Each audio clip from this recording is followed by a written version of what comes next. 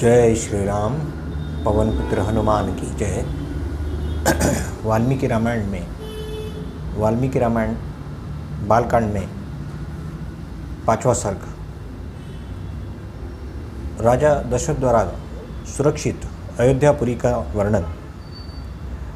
यह सारी पृथ्वी पूर्व काल में प्रजापति मनु से लेकर अब तक जिस वंश के विजयशाली नरेशों के अधिकार में रही है, जिन्होंने समुद्र को खुदवाया था और जिन्हें यात्रा काल में 60,000 पुत्र घेर कर चलते थे, वे महाप्रतापी राजा सगर जिनके कुल में उत्पन्न हुए, उन्हीं इक्ष्वाकु वंश महात्मा राजाओं की कुल परंपरा में रामायण नामक प्रसिद्ध इस महान ऐतिहासिक काव्य की अवतरणा हुई है।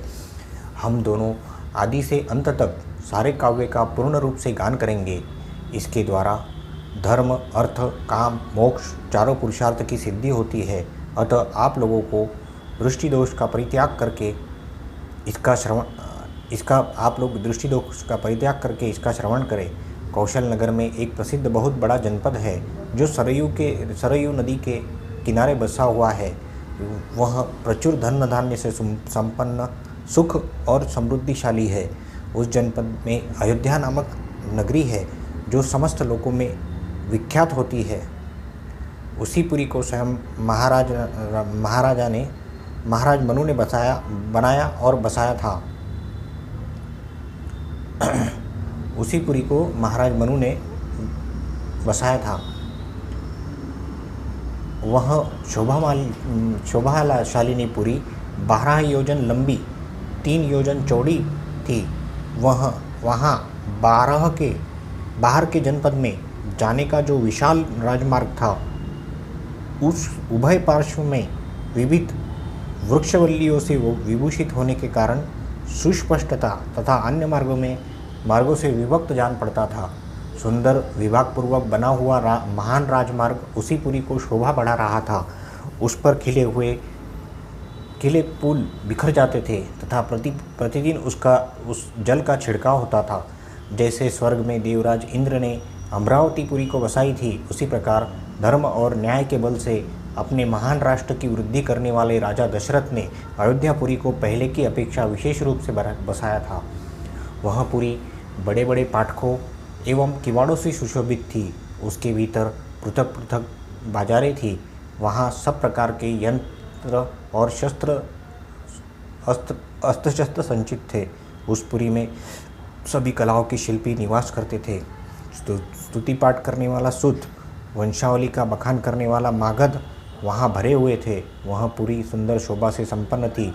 उसकी सुषमा की कहीं तुलना न थी। वहाँ ऊंची अट्टालिकाएँ थी जिनके ऊपर ध्वज फहराते थे। सैकड़ों शतग्नियों तोपों की तरह तोपों से वह पुरी व्याप्त थी। उस पुरी में सदा नाटक मंडलियाँ थी। उस पुरी में बहुत सारी नाटक मंडलियाँ थी जिसमें केवल स्त्रियाँ ही नृत्य एवं अभिनय करती थी। उस नगरी में चारों ओर उद्यान तथा आमों के बगीचे थे। लंबाई और चौड़ाई की दृष्टि से वह पुरी विशाल थी तथा शाखों के वन उसमें सब ओर से घेरे हुए थे। उसके चारों ओर गहरी खाई खुदी थी जिसमें प्रवेश करना या लांघना अत्यंत कठिन था। वह नगरी दूसरों के लिए सर्वतः दुर्गम एवं दुर्जय थी।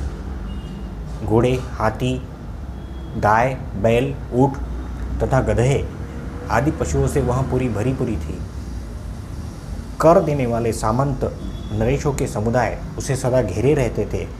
विभिन्न देशों के निवासी वैश्य बणिये उस पुरी की शोभा बढ़ाते थे। वहाँ महलों का निर्माण नाना प्रकार के रत्नों से हुआ था। वे गगनचुंबी प्रासाद पर्वतों के समान जान पड़ते थे। उस पुरी की शोभा बड़ी हो रही थी।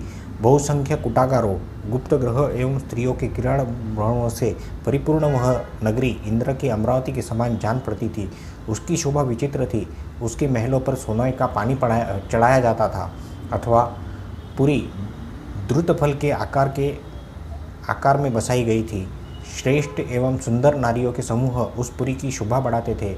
वह सब प्रकार के रत्नों से भरी पुरी तथा शत महले प्रासादों से सुशोभित थी। पुरीवासियों के घर में इसकी आबादी इतनी घनी थी, पुरीवासियों के घरों में इनकी आबादी कितनी घनी हो गई थी कि वहाँ थोड़ा सा भी अवकाश नहीं दिखाई देता था। उसे समतल भूमि पर बसाया गया था। वह नगरी जड़ वहन धान के चावलों से भरपूर थी। वहाँ जल का इतना मीठा या स्वादिष्ट था कि मानो ईख का रस हो। भूमंडल की वह सर्वोत्तम नगरी दुदुम्बी, मृदंग, वीणा, पणव आदि वाद्यों से मधुर ध्वनि से अत्यंत गुंजित रहती थी। देवलोकों में तपस्या प्राप्त हुए सिद्धों के विमान की भांति उनकी उस पुरी का भूमंडल में सर्वोत्तम स्थान था। वहाँ के सुंदर महल बहुत अच्छे ढंग से बनाए और बसाए गए थे।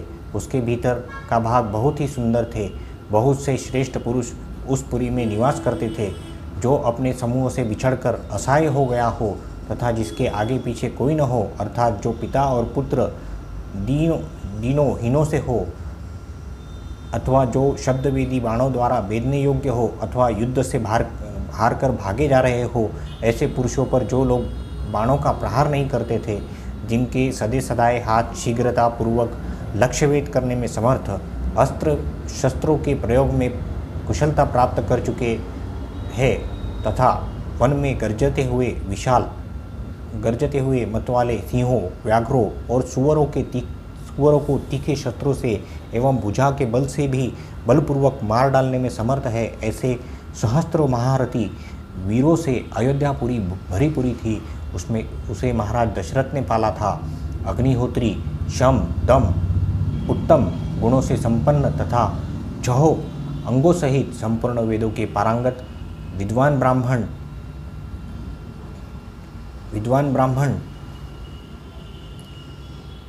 उसमें